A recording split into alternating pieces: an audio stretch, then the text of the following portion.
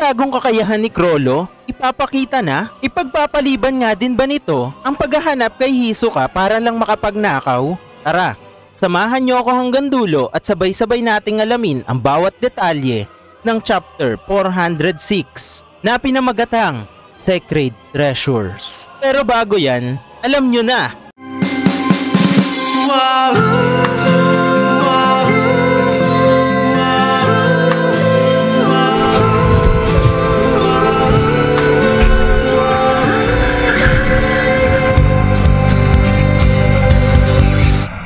Sa pag-uumpisa ng storya, makikita natin na nag-uusap sina Pinks at Tahaw tungkol sa pasilyong kanilang dinadaanan. Medyo makitid at paikot-ikot dito Banggit ni Pinks. Sumagat naman si Tahaw ng, "Oo, lumiliko-liko tayo sa mga espasyong nasa gitna ng mga gusali." Dagdag pa ni Tahaw na siya na nga daw ang bahala sa espada ni Nobunaga. Dahil hindi daw porket binigyan sila ni Tahaw ng authorized ID ay ibig sabihin ay makakalusot na ang mga sandata nila sa mga guard ng Tier 2. Galit na galit naman dito si Nobunaga dahil sa sakripisyong ginawa niya para makuha ang espada niya. Kaya hindi na nga lang daw siya tutuloy. Banggit ni Tahaw naman, "Tignan mo, hindi kita pinipilit. Pero karamihan sa mga sundalo ng Tier 2 ay bata at baguhan pa. Ang pinakamasamang pwedeng mangyari, maaari kang mabaril." Dito nga ay nakita na nila ang pintuan at paalala ni Tahaw, simula dito ay magiging mahirap na ang mga susunod na mangyayari. At pagbukas nga nila ng pinto, nakita nila ang isang napakalaking silid na may hagdan pataas sa gilid nito. Paliwanag ni Tahaw na ito nga daw ang pinakalabas na bahagi sa loob ng Black Whale. At kung sila nga daw ay patuloy sa pag-akyat ng hagdan, ay makakarating sila sa Tier 2 ng barko. Sa sumunod na pahina, habang sila ay naakyat ng hagdan, di na napigilan ni Pinks na sabihing napakabaho sa lugar na kanilang pinasukan. At parang bumalik nga daw ang alaala niya sa kanilang pinagmulan na Meteor City. Dahil ang Meteor City nga ay tambakan ng basura galing sa iba't ibang lugar. Sagot naman ni Tahaw, kung ang dumi ng 200,000 katao ay pumupunta dito mula sa lahat ng sulok ng barko, ganito talaga ang kakalabasan. Dagdag pa ni Tahaw na ang planta nga daw ng recyclable na basura at ang mga dumi ng tao ay dumidiretso sa pagitan ng Tier 4 at Tier 5. Sa makatuwid, ang Tier 5 ay nasa ilalim ng imbakan ng mga dumi ng tao. Tanong naman ni Nobunaga, edi ang Char at Chiyo family ang mga nangangasiwa kung nasaan ang processing area na ito. Sumagat naman si Tahaw na tama at ang may kontrol nga daw sa pagtatapon ng basura ay isang advantage sa iba't ibang paraan. Sagot naman ni Nobunaga, pero sa totoo lang, pinapasa nyo ang maduduming trabaho sa mga subcontractor at inaasa lang sa mga mabababang uri ang pagbabantay, hindi ba? At kahit mag-iba nga daw ang subcontractor ay hindi na nga daw nila ito kailangan ipaalam sa nakakataas. Hindi nga sumang-ayon dito si Tahaw at nagtanong pa kung Hailey family daw ba ang tinutukoy ni Nobunaga. Sagot naman ni Nobunaga, mukhang may rason na ako para bumalik At dagdag pa ni Pinks na kung magkukunwari nga daw na waste disposal contractor ang mga miyembro ng Hailey, maaari itong makapatay kahit ilan pa ang gustuhin nila. Sa ganoong paraan nga daw, maaari nilang malikom ang kanilang mga target sa processing area. At ito nga ay ating unang nakita noong chapter 405 kung nasaan sila Corel, Ebelares at Daemon. Namistulang tumatama sa mga sinabi ni Pinks dito mga ka-hunter. Sabi naman dito ni Peyton na pwede din itong mag-set up ng panibagong kwarto para sa interview at para mapatay nila ito ng isa-isa. At ito na nga lang ang nasabi ni Tahaw sa grupo ni Nobunaga. Kapag kasama ko kayo, parang pinaparamdam nyo sa akin na isa akong modelong mamamayan. Sa kabilang panel nga ay tuluyan ang nagpaalam si Nobunaga upang bumalik at kung sakali nga daw na may makita siya na isa man sa miyembro ng Hailey ay sisiguraduhin niya daw na tatanungin niya ito ng mga impormasyong kailangan nila at sila Pinks na nga daw ang bahala sa ibang bagay. Sumangay naman dito si Pinks at nagtanong naman ito kung may dapat daw ba silang ikabahala sa hideout ng Hailey. Sagot naman dito ni Nobunaga, oo. Ang taong nagbabantay sa hideout nila ay may counteractive type nen. Kapag ginatake mo siya, parang na-activate ang isang klase ng invisibility switch. Kaya mag-iingat ka. Kapag ito ay na-activate, mapapalabas ka ng isang security robot. Isang Nendal, base sa sketch na ibinigay ko sa iyo kanina, ay isang warp point patungo sa Tier 3. Ang tinutukoy nga ni Nobunaga dito ay si Yokotani, ang abogado at legal advisor ng Hailey family na may kakayahan na conjuration ability na tinatawag na A Battle of Wits, LSDF, na isang defensive na kakayahan na magagamit lamang sa hideout ng Hailey. Nagiging active ito kapag ipinakilala na ni Yokotani ang sarili niya sa isang trespasser na lumabag sa batas. Habang ang conjured guards nito ay hindi makakapanakit sa kriminal. At hindi rin nga pala magiging effective ang mga atake ng kriminal sa kanyang mga Nendals. Pinakita nga pala ito sa chapter 399. Sumagot naman si Pinks ng, "Nasisiraan ka na ba? Hindi ba dapat yan ang una mong sinabi sa amin? Kung hindi natin sila maatake, mas lalo lang humirap." Dagdag pa ni Peyton, "Okay lang naman kung self-defense. Basta sila ang mauna sa pag-atake, madali na natin silang mahaharap."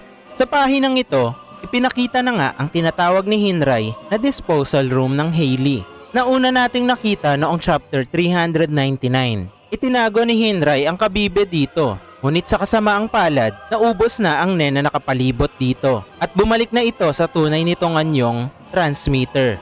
Ako, mukhang malalagay sa panganib ang buhay ni na Pinks at Peyton dahil maaari itong gamitin upang mahuli silang dalawa kung magpapatuloy sila sa paghahanap ng lokasyon nitong transmitter na ito.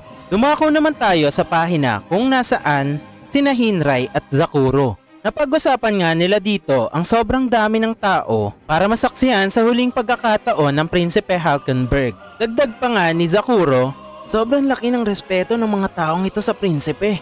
At dito nga ay hinahanap na ni Hinray si Lynch. Sagot ni Zakuro na baka nasa office na ito ng Shiyu family dahil may gagawin pa nga daw ito. Ayon naman kay Hinray, naagaw nga daw ng mga sundalo ang kanyang pansin. Kaya nawala sa kanyang paningin ang mga tauhan ng Hailey.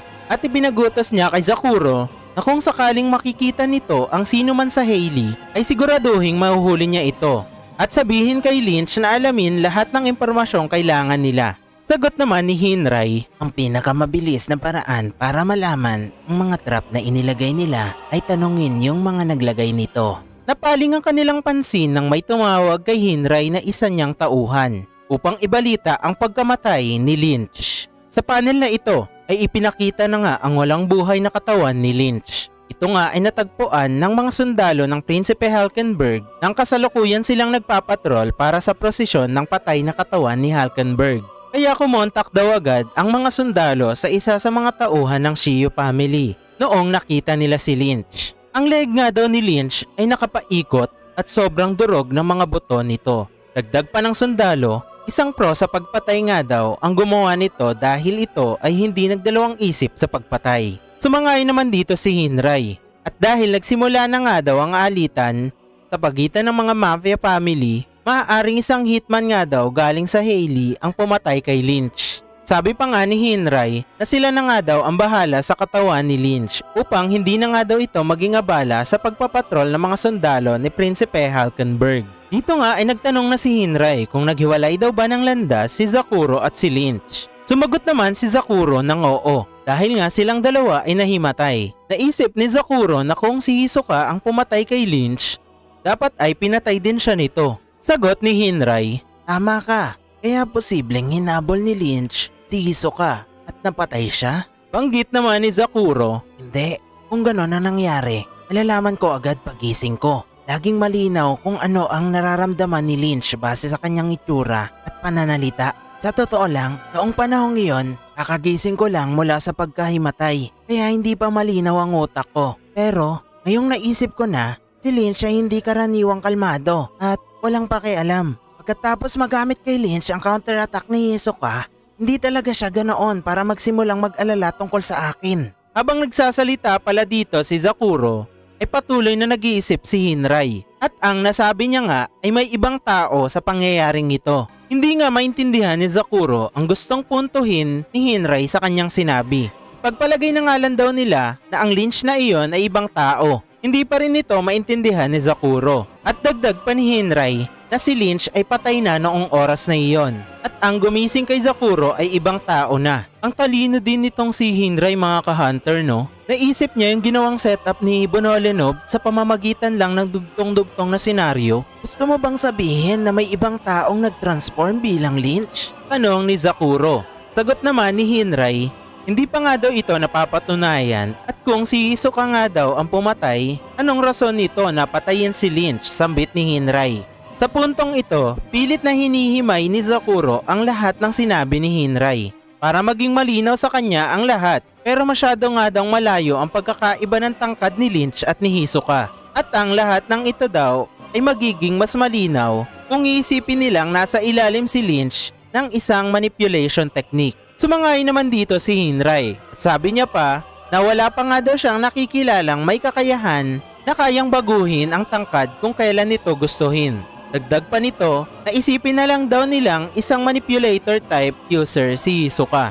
Tanong ni Hinray, ano sa tingin mo ang ibig sabihin ng pinanipula nila si Lynch? Inising ka at pagkatapos ay sinabing babalik na siya ng opisina. Mas epektibo sana para sa kalaban kung maglaho na lang si Lynch nang walang sinasabi upang mapilitan tayong mag-isip ng iba't ibang posibleng pangyayari. Sagot naman ni Zakuro, oo tama ka. Siguro gusto nila sanang limitahan ang sakop ng pag-iisip natin. Sumangay naman dito si Hinray.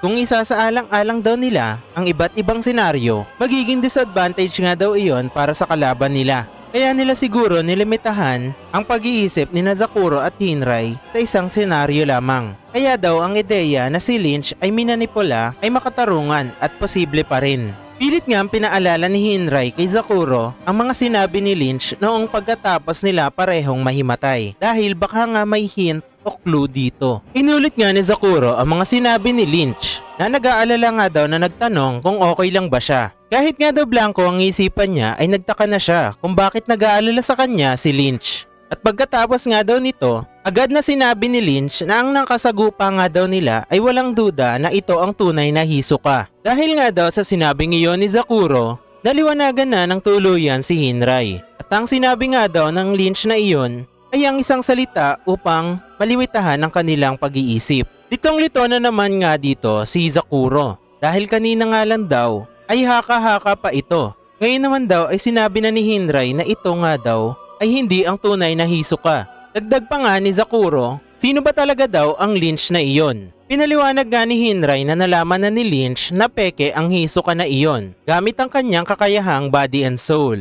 At dahil nga daw nalaman na ni Lynch ang totoo, ito ang naging mitya upang patayin siya ng salarin. At kaya nito pinakawalan si Zakuro dahil hindi niya alam na peke ang Hisoka na iyon. Sa ganoong paraan, masasabi ni Zakuro kila Hinray na nandun si Hisoka. Sa kabilang pahina nga ay napagtanto na ni Hinray na ang salarin at ang taong naghahanap sa totoong Hisoka ay iisa. At kaya daw nagawa nitong pumatay dahil ayaw nitong maging sagabal ang ibang tao sa kanyang misyon. Hinala nga ni Hinray na alam daw ng peking Hisoka na kapag naunang nakita ng mafia ang tunay na Hisoka ay itatago nila ito at hahayaang maghanap ang Phantom Troop dahil ganun naman daw ang pagtakbo ng kanilang patakaran ngayon. At ang tanging malinaw nga lang daw na katotohanan na meron sila ngayon ay pagkatapos makita ni Zakuro at Lynch si Hisoka ay pinatay naman bigla ng ibang tao si Lynch. Habang nag-uumapaw sa aura ang katawan ni Zakuro, sinabi niyang kung ang tao na yon ay nasa Phantom Troop, di kakalabanin natin ang Char. Dagdag pa nga ni Zakuro na kahit sino pa ang pumatay kay Lynch ay paghihiganti nila ito at wala nga daw itong problema, sabi ni Hinray. Tumalo naman tayo sa susunod na pahina. Makikita nga natin dito ang pinuno ng Phantom Troop na si Chrollo. At dito naman ay inanunsyo na nalalapit na ang pagdaan ng patay na katawan ni Prince Hulkenberg. Napakadaming taong dumalo upang makita sa huling oras ang prinsipe ano? Grabing fanbase naman yan, Hulkenberg. At dito nga ay makikita natin na inilabas ni Chrollo ang Bandit Secret at nakalagay sa pahina na may litrato ng isang babae na nagngangalang MacGate Narumi. At ang tawag nga sa kanyang kakayahan ay Love Dial 6700. the Omnibus Phone Call. At ito nga ang instruction kung paano gamitin ang conjured cellphone na ito. Maaari nga daw ditong maghanap ng iyong ideal na partner o humanap ng gusto mong kausapin. Kapag nailagay mo na ang mga criteria ng gusto mong kausapin, ay lalabas ang isang 2 to 20 digit na number. At kapag ito ay denial, magbibigay ito ng guide sa gumagamit nito. Konting trivia muna tayo mga ka-hunter. Alam nyo ba na ang Love Dial 6700 ay hango sa title ng kanta noong 1970s ng isang grupong binubuo ng 5 binatilyo sa Japan at ang pangalan nga pala ng grupo nila ay Finger 5. So yun lang, balik na ulit tayo sa istorya. Ginamit na nga dito ni Crollo ang Love Dial 6700 at lumitaw na nga ang conjured cellphone sa kanyang kanang kamay. At dito nga ay may tinawagan na siya. Ngunit ang sumagot lamang sa kanya ay isang recorded na voicemail ng isang operator na pinapayuhan siya na subukang ulitin ang tawag dahil wala nga daw ang kanyang tinatawagan sa lugar na iyon o lumipat ng ibang pwesto o pwede ding ibang lokasyon. Sa sumunod nga na pahina, nag-iisip pa din si Crollo na sa dami nga daw ng tao na nandoon ay hindi niya daw makikita ang taong hinahanap niya. Sabi pa ni Crollo sa kanyang sarili na ngayon niya lang daw naisip na pareho lang daw ang nangyari noong nasa Heaven's Arena pa siya. Naguguluhan pa nga si Crollo kung ano ang dapat niyang gawin. Papalitan niya ba ang number ng kanyang tinatawagan o papakontiin niya ang mga nilagay niyang kondisyon sa gusto niyang makausap. Pero magiging mataas nga daw ang panganib. At nagdadalawang isip pa siya kung aakyat na ba siya ng Tier 1 upang dumiretso sa Succession War. Sa Succession Contest, ang mga Nen abilities ay ibinibigay sa isang ritual. Sinasabi nila na ang mga abilidad ay ginagamit upang maglaban hanggang sa isa na lang na tagapagmana ang matitira. Ang ginagamit sa Succession Contest ay ang pinakamahalagang mga relic ng Kakin, ang 3 Sacred Statue. Ito ang nais kong makuha. Una, ang Seed Urn na ginamit upang magkaroon ng Nen Beast ang mga prinsipe na kasali sa Succession War. Pangalawa, ang Shrouded Zen Buddha. Ito nga daw ay isang sacred object, Goshintai, na nagbabantay sa mga nangyayari sa Succession War. So parang ito nga ang nagiging tagapagbigay ng parusa sa kung sino mang lalabag sa patakaran ng Succession War. Ito rin siguro ang kumitil sa buhay ng Prinsipe Kacho noong sinubukan nilang tumakas ni Prinsipe Pogetsu. Kung sakali ngang may makasira nitong sacred statue na ito, ay baka ito ang sinasabi ni Kurapika na liwanag upang makatakas sa Succession Contest na ito.